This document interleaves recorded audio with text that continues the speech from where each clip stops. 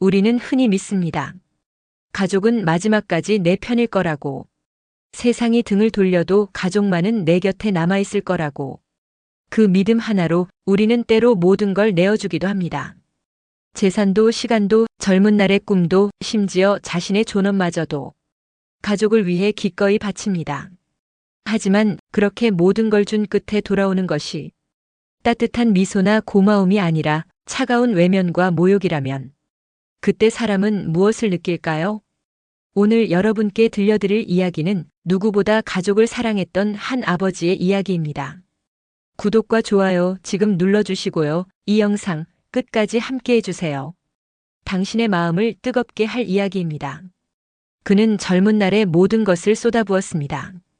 아들을 위해, 손주를 위해, 때로는 자신의 노후까지 기꺼이 희생했습니다.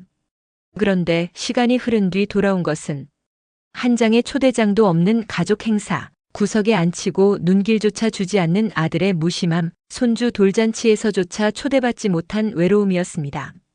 가족이라 믿었기에 모든 걸 줬는데 그의 가슴 속에 남은 것은 상처뿐이었습니다. 수십 년간 지켜온 인내와 신뢰가 한순간에 무너졌습니다. 그리고 마침내 그는 결심합니다. 더는 참지 않겠다. 더는 내 삶을 내어주지 않겠다. 모든 걸 되찾겠다고. 오늘 이 이야기는 단순한 복수극이 아닙니다. 한 인간이, 한 아버지가 스스로를 다시 구원해내는 여정입니다. 혹시 여러분도 지금 가족이라는 이름 아래 스스로를 잃어가고 있진 않나요? 이 이야기를 끝까지 들어주신다면 여러분은 깨닫게 될 것입니다. 진짜 가족이란 무엇인가? 진짜 사랑이란 어떤 모습이어야 하는가? 그리고 어쩌면 자신을 더 사랑하는 법도 알게 될지 모릅니다. 부디 이 이야기의 끝까지 함께 해주세요. 그 끝에 작은 해답이 기다리고 있을지도 모르니까요.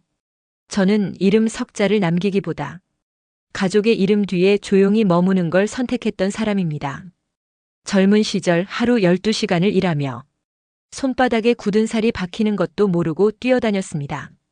가끔은 이렇게까지 살아야 하나 싶을 만큼 고단한 나날이었지만 그래도 괜찮았습니다. 돌아가면 밤 냄새 나는 집이 있었고 아빠 하고 뛰어오는 아이들이 있었으니까요. 그 웃음 하나에 손등에 베인 피도 지친 어깨도 모든 게 다 괜찮아졌습니다. 그렇게 나는 내가 가진 모든 것을 주었습니다. 아이의 학원비, 대학 등록금, 결혼자금, 남들이 한 푼 두 푼 아끼며 모은 노후 자금을 나는 미련 없이 꺼내주었습니다. 아빠니까, 부모니까, 그게 당연하다고 믿었습니다. 정작 내 노후는 어찌 되든 상관없었습니다. 그래서 아들이 결혼할 때도 나는 남은 적금을 몽땅 깨서 아파트 중도금에 보탰습니다. 내 자식만은 남 부끄럽지 않게 살게 하자. 그게 제 인생의 유일한 목표였으니까요. 그리고 세월이 흘러 손주가 태어났습니다. 처음 그 작은 생명을 품에 안았을 때 나는 세상이 다 내 것 같은 기분이었습니다. 이 아이를 위해서라면 남은 인생도 다 바칠 수 있겠다. 나는 정말 그렇게 생각했습니다. 그리고 그 아이의 돌잔치가 다가왔습니다. 돌잔치라니요. 그날을 위해 나는 미리 금반지를 준비했습니다.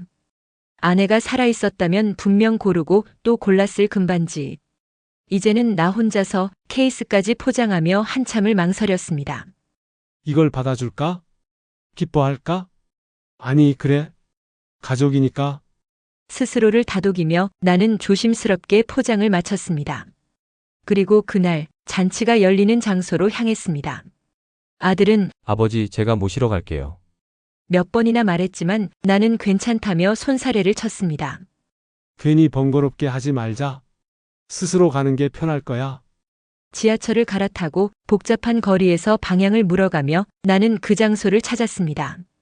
바람은 따스했고 거리에는 봄꽃이 가득 피어 있었습니다. 내 가슴도 괜히 벅찼습니다. 이제야 보람이 있구나. 내가 살아온 시간이 헛되지 않았구나. 나는 그렇게 생각했습니다. 하지만 그곳에 도착했을 때 내가 마주한 것은 따뜻한 환영도 반가운 포옹도 아니었습니다. 아버님, 저기 구석에 잠시 앉아 계세요. 며느리의 차가운 목소리, 아들의 머쓱한 웃음, 누구도 나를 맞이하지 않았습니다. 그저 구석에 놓인 한 의자. 환영 인사도 없이 그곳으로 안내받았습니다. 나는 웃으며 고개를 끄덕였습니다. 괜찮다. 바쁜가 보다. 다 손주 돌잔치 준비하느라 정신이 없는 거겠지. 애써 합리화했습니다. 그렇게 나는 식탁 끝에 혼자 앉았습니다. 멀리서 들려오는 웃음소리, 가족 사진을 찍는 사람들, 떠들썩한 대화 소리. 그 모든 것 사이에서 나는 조용히 고개를 숙였습니다. 주머니 속 금반지 케이스를 괜히 만지작거리며 말이죠. 그 작은 상자가 마치 내 손 안에서 점점 무거워지는 것 같았습니다. 식탁 위엔 음식이 가득했지만 어쩐지 젓가락이 잘 가지 않았습니다. 괜히 커피를 한 잔 시켜놓고 식지 않은 커피를 바라만 봤습니다. 그저 시간이 지나기만을 기다렸습니다. 곧 나를 부르겠지. 곧 손주 사진 찍을 때 나를 찾겠지. 곧 하지만 그곳은 끝내 오지 않았습니다. 그날 나는 그렇게 잊힌 사람이 되어버렸습니다. 가족이라는 이름으로 사랑을 주는 건 쉬웠습니다. 하지만 사랑을 받는 건 그토록 어려운 일이었습니다. 나는 식탁 끝 구석에 앉아 커피 잔을 가만히 바라봤습니다. 김도 나지 않는 식은 커피, 잔잔한 표면 위로 형체 없는 내 마음이 비쳐 보였습니다. 그 순간에도 나는 나를 합리화하고 있었습니다. 괜찮아. 바쁜 거야. 모든 손님 챙기느라 정신이 없는 거야. 곧 올 거야. 곧 나를 부를 거야.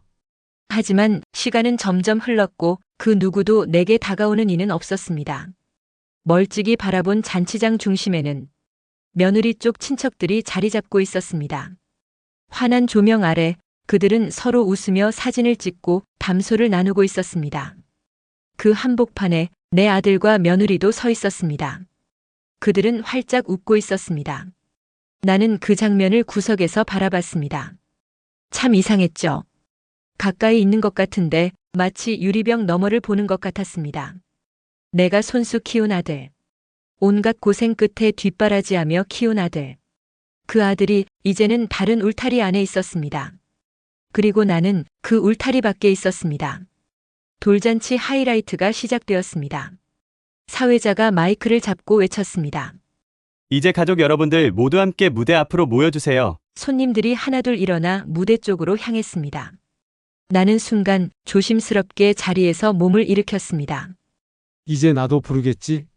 가족 사진 찍는데 설마 빠뜨리겠어? 하지만 기대는 처참히 무너졌습니다.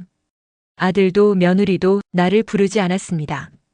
멀리서 눈이 마주쳤지만 그들은 애써 외면했습니다. 사회자는 무대 위 사람들을 보며 외쳤습니다.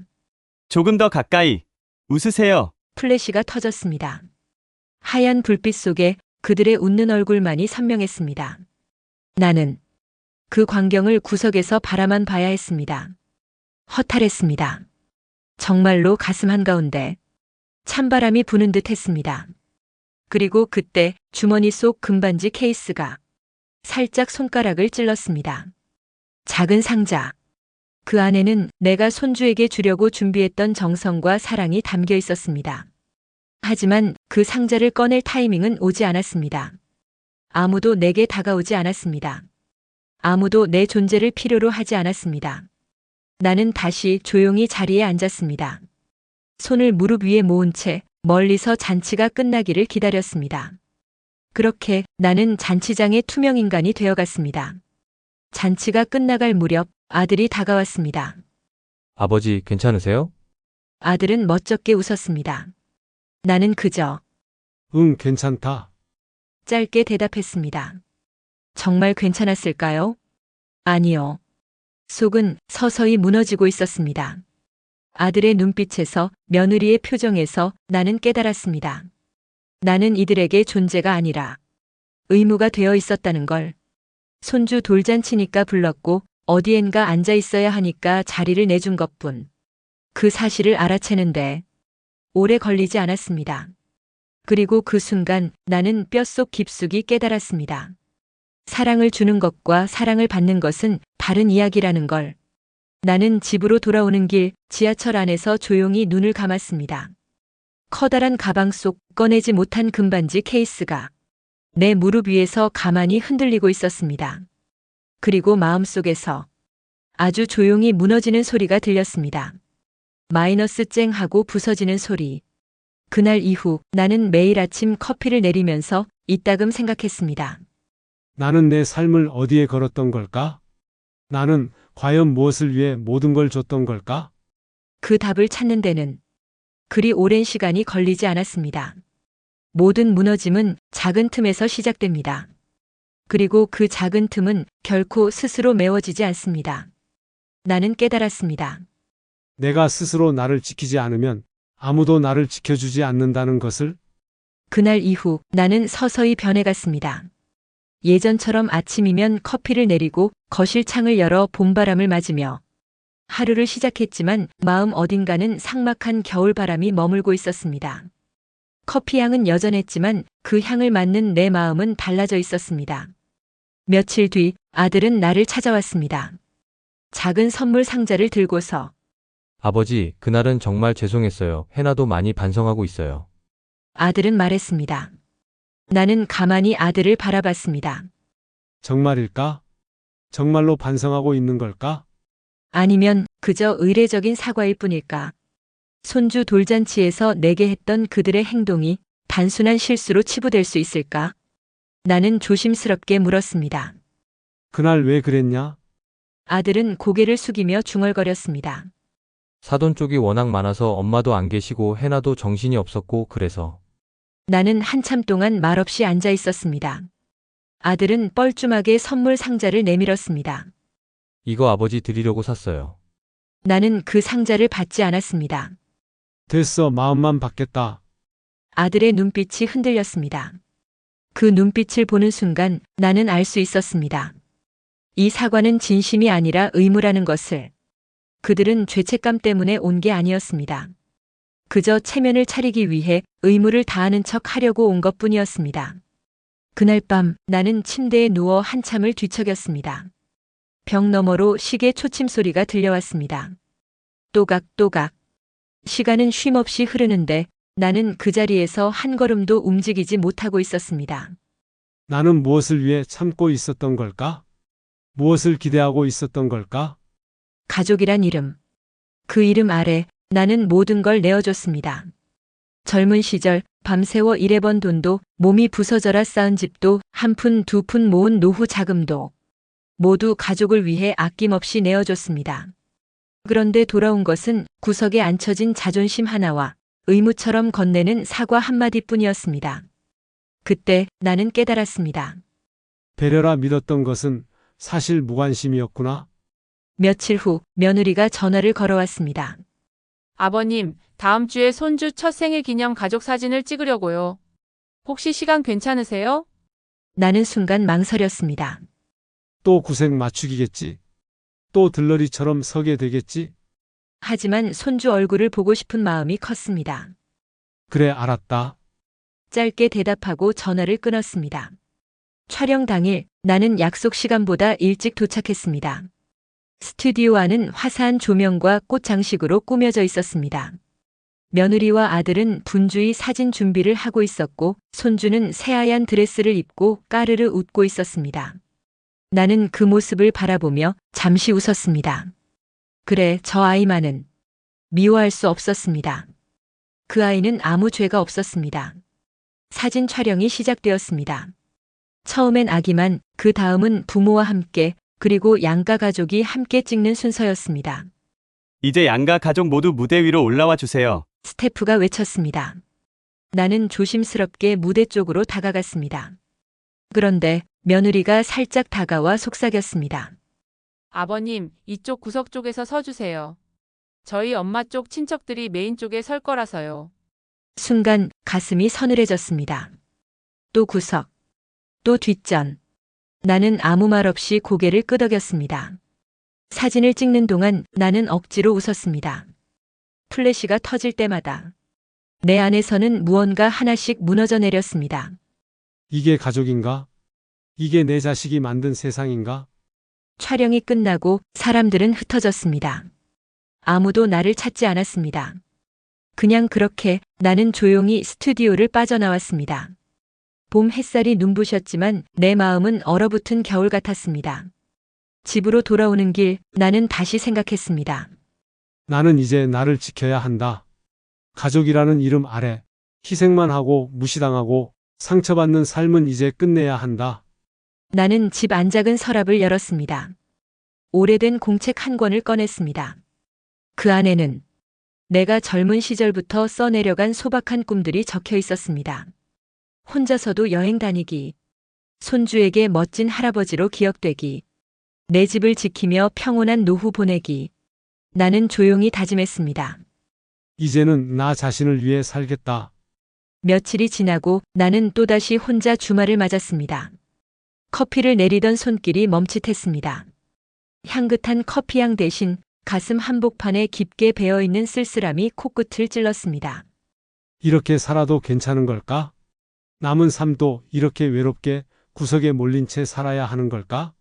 나는 부엌 식탁에 앉아 펼쳐둔 공책을 바라보았습니다. 혼자서도 여행 다니기, 내 집을 지키기, 당당한 삶을 살기. 짧은 문장들이지만 그 안에는 지금까지 살아오면서 미뤄뒀던 나만의 소망이 고스란히 담겨 있었습니다. 그래, 더는 미루지 말자. 나는 조용히 결심했습니다. 다음 날 아침 나는 변호사 사무실로 향했습니다. 약속된 시간이 되자 변호사가 내게 차분히 말했습니다. 지금 상황이라면 증여 철회도 충분히 가능하십니다. 법적으로는 증여 이후에도 상대방이 부양 의무를 다하지 않거나 심각한 모욕을 가한 경우 철회할 수 있게 되어 있습니다. 나는 가만히 고개를 끄덕였습니다.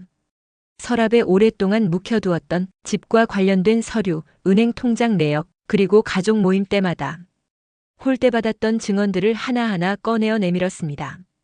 변호사는 서류를 검토하며 말했다. 생각보다 준비를 잘해 오셨네요. 이 정도면 충분히 승산 있습니다. 나는 오래도록 움켜쥐고 있던 손을 천천히 풀어냈습니다. 마치 오랫동안 꾹꾹 눌러 참았던 감정을 조심스레 내려놓는 것 같았습니다. 며칠 후 나는 아들과 며느리에게 연락을 보냈습니다. 가족들끼리 식사 자리 마련하자. 짧고 단호한 문자였습니다. 아들은 곧바로 답을 보냈습니다. 네, 아버지 좋은 자리 만들겠습니다. 하지만 나는 알고 있었습니다. 그들의 좋은 자리는 또 한 번 나를 달래려는 겉으로만 반짝이는 술수일 뿐이라는 것을. 그래서 이번만큼은 나도 준비를 단단히 해야 했습니다. 식사 당일 나는 준비해둔 서류를 작은 가방에 넣었습니다. 거울 앞에 서서 넥타이를 고쳐매며 혼잣말처럼 중얼거렸습니다. 이제는 나를 위해 싸우자. 내 남은 인생을 지키자. 식당에 도착하니 아들과 며느리가 나와 있었습니다. 표정에는 어색한 미소가 번져 있었습니다. 아버지, 여기 자리 잡아놨어요. 나는 말없이 자리에 앉았습니다. 따뜻한 국물, 부드러운 밥향. 모든 것이 평온해 보였지만 내 마음은 결코 평온하지 않았습니다. 아들이 머뭇거리며 말을 꺼냈습니다. 아버지, 저희가 요즘 반성 많이 했어요. 해나도 정말 많이 울었고, 다시는 아버지 마음 아프게 하지 않겠다고 약속했습니다. 며느리도 고개를 끄덕이며 거들었습니다. 아버님, 그때는 저희가 너무 어렸던 것 같아요. 이제 정말 다르게 모시겠습니다. 나는 그 말을 조용히 들었습니다. 그러고는 가방을 열어 서류를 꺼냈습니다. 탁! 서류가 식탁 위에 내려앉는 소리가 유난히 크게 울렸습니다. 이건 집과 재산에 대한 증여 철회 서류다. 나는 단호하게 말했습니다. 아들과 며느리의 얼굴이 순식간에 굳어졌습니다. 아버지, 그게 무슨 말씀이세요? 갑자기 이렇게까지 하시는 건. 아들이 허둥지둥 변명하려 했지만 나는 말을 끊었습니다. 갑자기 그동안 내가 참고 또 참은 세월은 너희에겐 안 보였나 보다. 가족이란 이름으로 나를 구석에 몰아넣고 외면하고 존중하지 않은 시간들은 그저 아무렇지 않은 거였나 보지. 나는 조용히 그러나 또렷하게 말했습니다. 이젠 나도 나를 지키겠다. 며느리는 눈물을 글썽이며 말했다. 아버님, 제발 한 번만 기회를 주세요. 아들도 고개를 숙이며 읍소했습니다. 아버지, 우리 손주 생각해서라도. 손주. 그 말에 가슴이 잠시 아렸지만 나는 고개를 저었습니다. 손주는 내 사랑이다. 하지만 너희 어른들의 잘못은 손주가 대신할 수 없다. 내가 참아야 하는 이유로 손주를 이용하지 마라. 그날 나는 그들에게 분명히 했습니다. 이제 더 이상 가족이라는 이름으로 내 인생을 휘두를 수 없다고. 내가 건넨 서류에는 이미 변호사의 이름과 직인이 찍혀 있었습니다. 돌아올 수 없는 강을 건넌 것이었습니다. 집으로 돌아오는 길 나는 오랜만에 마음이 가벼웠습니다. 창밖에는 벚꽃이 흐드러지게 피어 있었습니다. 이제야 진짜 봄이 오는구나. 나는 조용히 웃었습니다. 희생이 아닌, 후회가 아닌, 억울함이 아닌 내가 내 삶을 선택하는 봄. 그 봄이 드디어 내게도 찾아온 것이었습니다. 식사를 마치고 집으로 돌아온 나는 오랜만에 창문을 활짝 열었습니다. 부드럽게 스치는 봄바람 속에 어디선가 아카시아 꽃향기가 실려왔습니다. 조용한 거실, 식탁 위에는 따뜻한 커피 한 잔. 나는 천천히 커피를 들이켜며 긴 한숨을 내쉬었습니다. 끝났구나. 긴 기다림도 헛된 기대도 모두 오늘로 끝난 거야.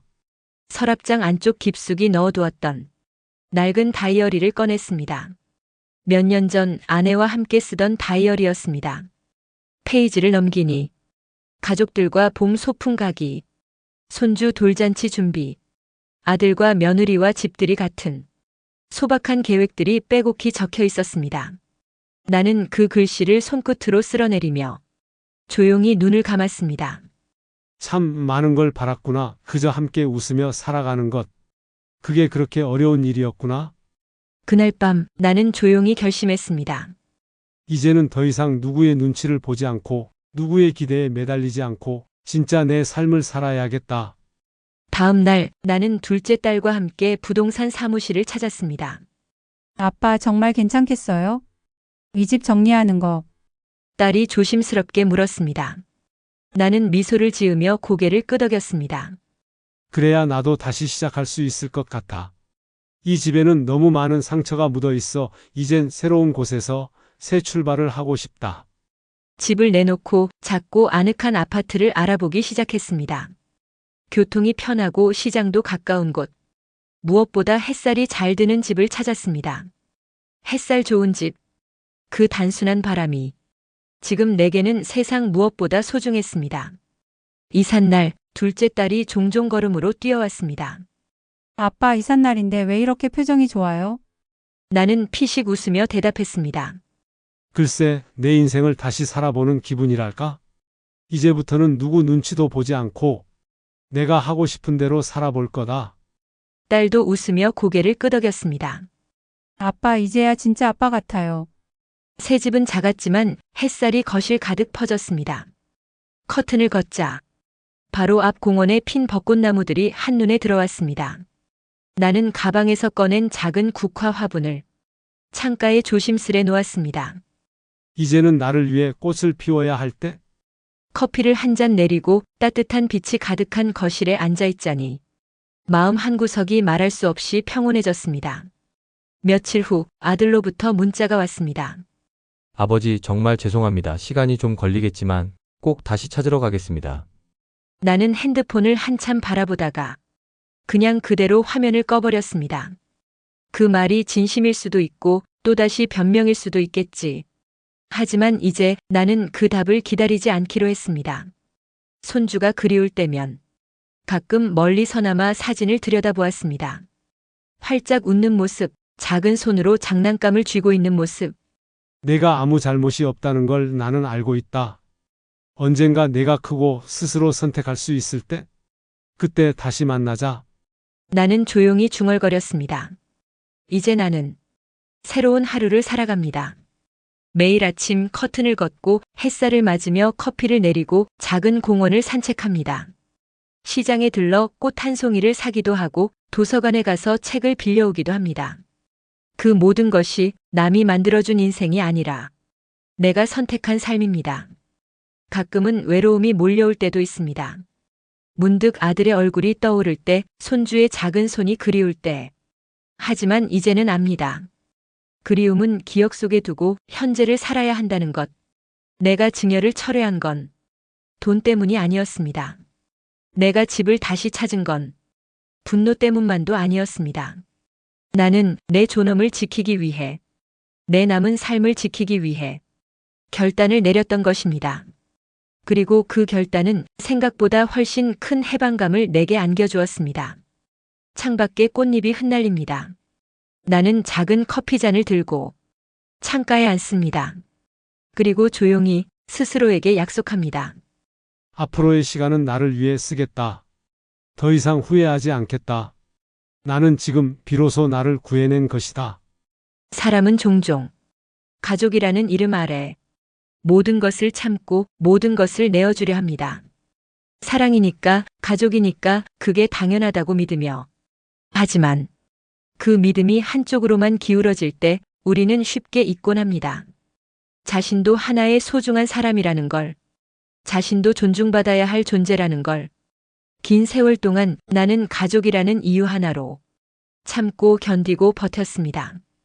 때로는 마음이 부서질 때도, 때로는 눈물이 삼켜질 때도 그저 그래야 한다고 믿었습니다. 하지만 돌이켜보니 그 믿음은 나를 점점 작아지게 만들었고 결국은 나 스스로를 잃게 했습니다. 어떤 깨달음은 아프게 찾아옵니다. 가장 사랑했던 이들에게 가장 깊은 상처를 받을 때, 가장 믿었던 이들이 가장 차가운 등을 돌릴 때, 그때서야 비로소 우리는 스스로를 돌아보게 됩니다. 나는 과연 내 삶을 사랑하고 있었는가? 늦은 깨달음이었습니다. 하지만 결코 늦지 않은 선택이었습니다. 나는 이제 다시 나를 위해 웃을 수 있게 되었고, 나를 위해 살아갈 수 있게 되었습니다. 나를 함부로 대하는 이들에게서 더는 변명이나 기대를 구걸하지 않고 나를 소중히 여겨주는 이들과 작은 행복을 나누며 살아갈 수 있게 되었습니다. 여러분도 기억해 주세요. 가족이라는 이름은, 사랑이라는 이유는 당신이 희생당하는 이유가 되어서는 안 됩니다. 당신 역시 존중받아야 하고 사랑받아야 하며 마땅히 행복해야 할 존재입니다. 늦었다고 생각될 때 용기를 내세요. 늦은 깨달음도 결국은 인생이 주는 가장 소중한 선물이니까요. 그리고 기억하세요. 스스로를 지키는 선택은 결코 이기적인 것이 아닙니다. 당신은 충분히 당신 자신을 지킬 자격이 있습니다. 당신의 삶을 당신 스스로 사랑할 자격이 있습니다. 오늘 이 이야기가 어쩌면 누군가의 마음에 작은 용기를 심어줄 수 있기를 바랍니다. 오늘도 마흔 이후 사람 공부와 함께 해주셔서 감사합니다.